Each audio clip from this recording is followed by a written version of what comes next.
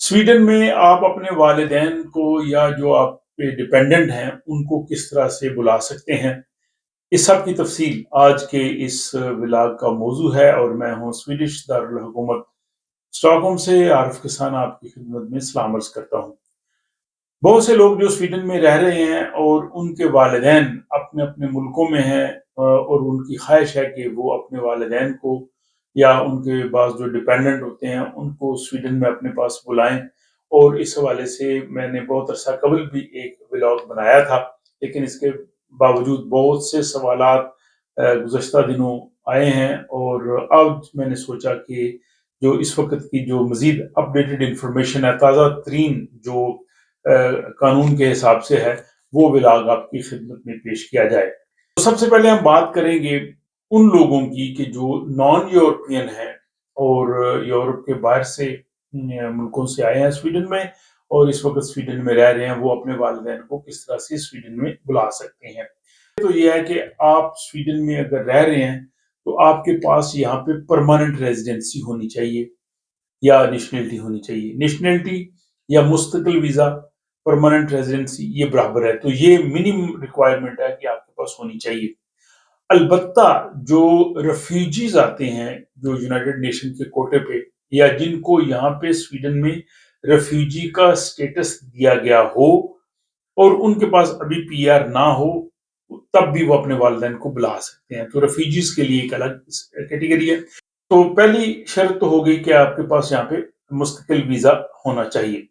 दूसरी जो इम्पोर्टेंट शर्त है वो ये है कि वो आप अपने वालिदैन को यहाँ स्वीडन अगर बुलाते हैं तो आप उनको मुकम्मल तौर पे सपोर्ट कर सकें।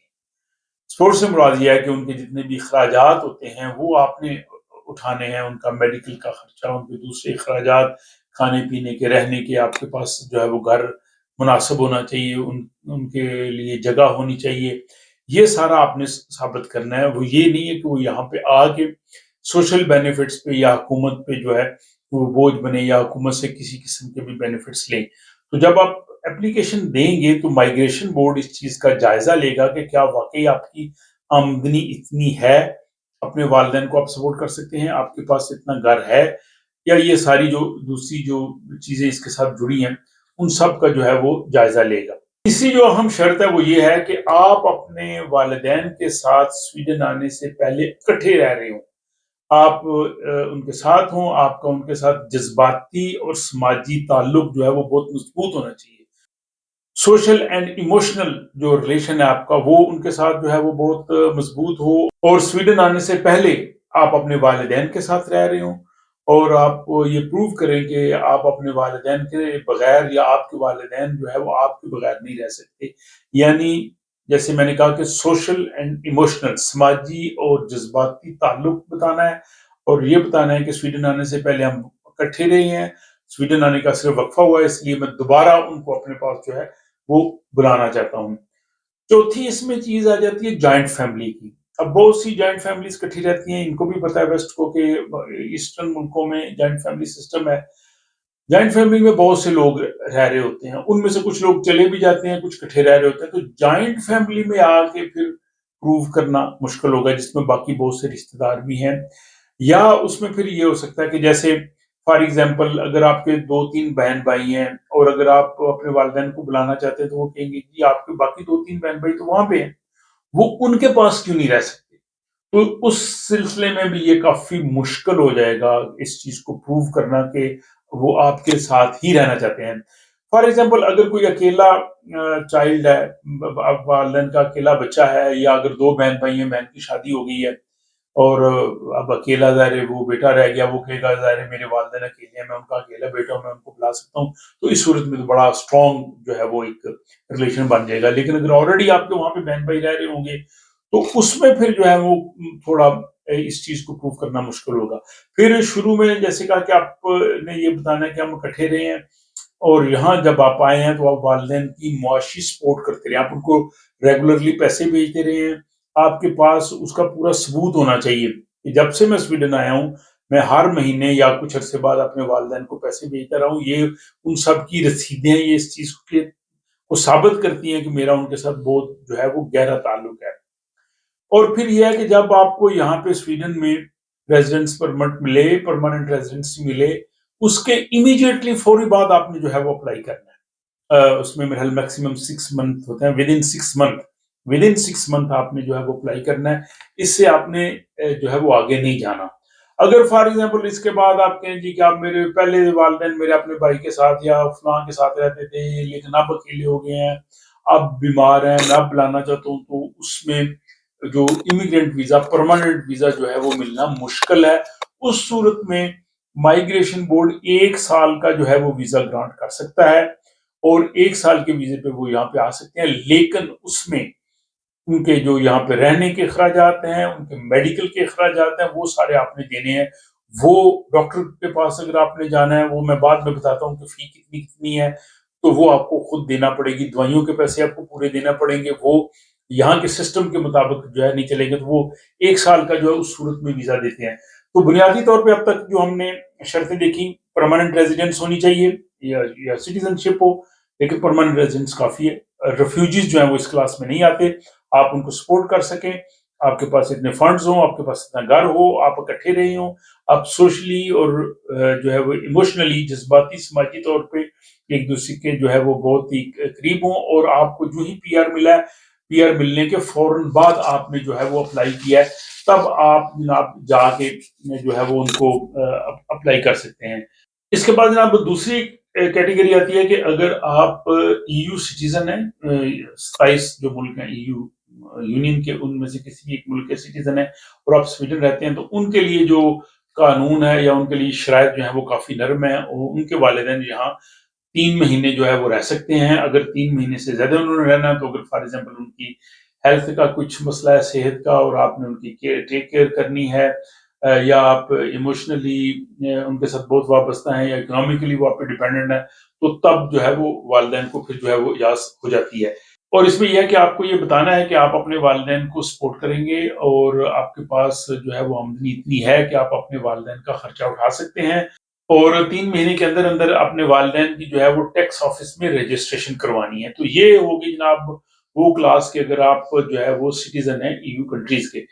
तीसरा आता है कि अगर आपके वालिदैन ईयू कंट्रीज के सिटीजन हैं और वो स्वीडन आना चाहते हैं, तो उनके लिए रिटायर हो गए हैं फॉर एग्जांपल, तो उनके लिए जो है वो और भी आसान है। वो रिटायरमेंट के बाद वो ज़ाहिर है वो प्रूव कर सकते हैं जी कि हमारी आमदनी है, ये हमारी बैंक स्टेटमेंट है, अब हम जो है वो स्वीडन में रहना चाहते हैं और हमारे पास सफिशिएंट फंड्स हैं, तो उनके लिए जो है वो ज्यादा मुश्किल नहीं है, और फिर वो भी ज़ाहिर है टैक्स ऑफिस के पास अपनी रजिस्ट्रेशन करवा देंगे। तो मुख्तसर ये कि जो नॉन ईयू कंट्रीज के लोग हैं, जो यूरोप के बाहर से, उनके लिए मुश्किल है ज्यादा।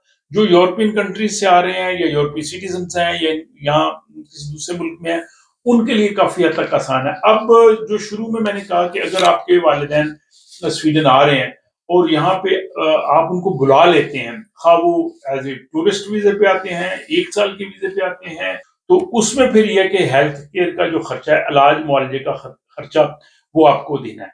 अब स्वीडन में एक रूल ये है कि जो इमरजेंसी ट्रीटमेंट है वो सब जो है वो जितने भी लोग हों बाहर से आए हों, वो सब के को मिलता है। उसमें इमरजेंसी फौरी तौर पे कुछ ऐसा कुछ अगर किसी को सेहत का मसला हो जाए, अगर जो पहले से भी कोई बीमारी हो लेकिन अब उसकी शिद्दत बढ़ गई हो, तो वो भी उसमें आ जाएगी। लेकिन ये नहीं है कि आपने इलाज की नीयत से इस तरह से प्लान किया और फिर आप कहेंगे कि मैं वहां जाके इस चीज का इलाज करा लूंगा और आपको पहले से मर्ज हो, वो उसमें नहीं आता। अब इसमें जो यहाँ पे डॉक्टर्स के पास जाना है या हेल्थ केयर के लिए, ट्रीटमेंट के लिए जाना है, जो लोग ईयू कंट्रीज के हैं या यूरोपियन इकोनॉमिक बरादरी से हैं, या इसमें जैसे नॉर्वे, स्विट्जरलैंड वो भी आ जाता है जो ईयू का हिस्सा नहीं है, उन सब के लिए जो है वो यहाँ पे बहुत आसान है। उनको उतनी ही फी देनी है जितनी स्वीडिश लोग जो है यहाँ पे जाके जो है वो फीस देते हैं, और उनके पास जो है वो यूरोपियन हेल्थ इंश्योरेंस कार्ड होना चाहिए। जैसे स्वीडन में हमें यहाँ पे फॉरशेकरिंग कासा जो है वो इशू करता है, जब अगर हमने स्वीडन से बाहर जाना हो दूसरे मुल्कों पे, तो हमारे पास वो फॉरशेकरिंग कासे से मिलने वाला कार्ड होना चाहिए अगर बाहर किसी जरूरत पड़ जाए। तो इसी तरह जो लोग यूरोप के मुख्तलिफ मुल्कों से स्वीडन में आते हैं, उनके पास वो कार्ड होना चाहिए, और उनको उतनी ही फीस देनी पड़ेगी डॉक्टर की। अब यहाँ पे जो डॉक्टर विजिट की फीस है स्वीडन में, पूरे स्वीडन में एक जैसी नहीं है। وہ ہر ریجن، یہاں کے جتنے بھی ریجنز ہیں وہ اپنی اپنی انہوں نے فی رکھی ہوئی ہے. جیسے اسٹاک ہوم میں جو ہے وہ 275 کرون ہے، 275 سویڈش کرون آپ کو دینے پڑتے ہیں ڈاکٹر کے وزٹ کے. لیکن یہی اگر آپ سکونے میں جائیں تو وہاں پہ 200 سویڈش کرون ہے. اور بلیکنگ کی جو کاؤنٹی ہے اس میں سب سے کم ہے، اس میں 150 کرون ہے. اور ریمتلان میں 400 سویڈش کرون ہے. تو سویڈن میں بھی مختلف کاؤنٹیز میں مختلف فی ہے. وہ فی آپ کو دینا پڑے گی جو یورپی یونین سے جو لوگ ہیں یا یہاں کے جو سٹیزنز ہیں. اس کے علاوہ آسٹریلیا، الجیریا، اسرائیل، ترکی اور کینیڈا کے جو لوگ ہیں ان کا بھی یہاں پہ جو معاہدہ ہے، تو اس لیے ان کو بھی جو ہے وہ فیس وہی دینا پڑتی ہے جو سویڈش لوگ جو ہے وہ دیتے ہیں. لیکن جو نان ای یو سے لوگ آتے ہیں اور جیسے والدین آپ نے بلائے 1 سال کے لیے، آپ نے ان کا خرچہ اٹھایا سارا، ان کی جو ہے وہ فی آپ کو پوری دینا پڑے گی. ان کی دوائیوں کے پیسے بھی پورے دینے پڑیں گے. تو ان کی جو فی ہے عمومی طور پہ جو آپ ڈاکٹر کے پاس جاتے ہیں، جیسے میں نے کہا کہ ریجنز کی ڈفرنٹ ہے پورے سویڈن میں، سویڈش لوگوں کے لیے بھی تو ان کے لیے بھی تھوڑی ڈفرنٹ ہے، لیکن اپروکسیمیٹلی 2000 سویڈش کرون جو ہے وہ ڈاکٹر کے وزٹ کے لگتے ہیں. اور اگر آپ نے اسپیشلسٹ ڈاکٹر کے پاس جانا ہے تو پھر 3800 سے 6000 سویڈش کرون ایک وزٹ کے دینے پڑیں گے. دوائیوں کے پیسے جو ہے وہ پورے دینے پڑیں گے، الگ ہے، اس میں کوئی سبسڈی نہیں. تو یہ جناب ولاگ ان لوگوں کی معلومات کے لیے میں سمجھتا ہوں کہ کافی اہم ہوگا جو سمجھتے ہیں کہ اپنے والدین کو یہاں بلانا چاہتے ہیں. اور میرا خیال ہے کہ جو لوگ نئے نئے سویڈن آئے ہیں یا ابھی آنے والے ہیں ان کے لیے پلان کرنا زیادہ آسان ہے. جن کو آلریڈی یہاں پہ رہتے کافی عرصہ ہو گیا ہے، ظاہر ہے ان کے لیے بہت سی شرطوں کو پورا کرنا مشکل ہے. تو وہ اگر ابھی سے اس کی پلاننگ کر لیں گے، یہاں رہیں گے، جو ہی پی آر ملے وہ والدین کے لیے اپلائی کریں.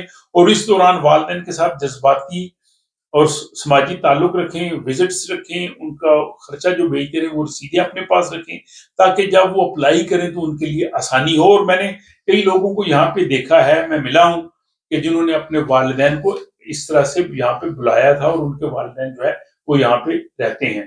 تو ممکن ہے کہ یہ ولاگ بھی کسی کے فائدے کا ہو جائے. اگر فائدے کا ہو جائے تو میں سمجھتا ہوں کہ ولاگ بنانے کا مقصد پورا ہو گیا ہے. اپنا خیال رکھیے گا اور مجھے دیجیے اجازت.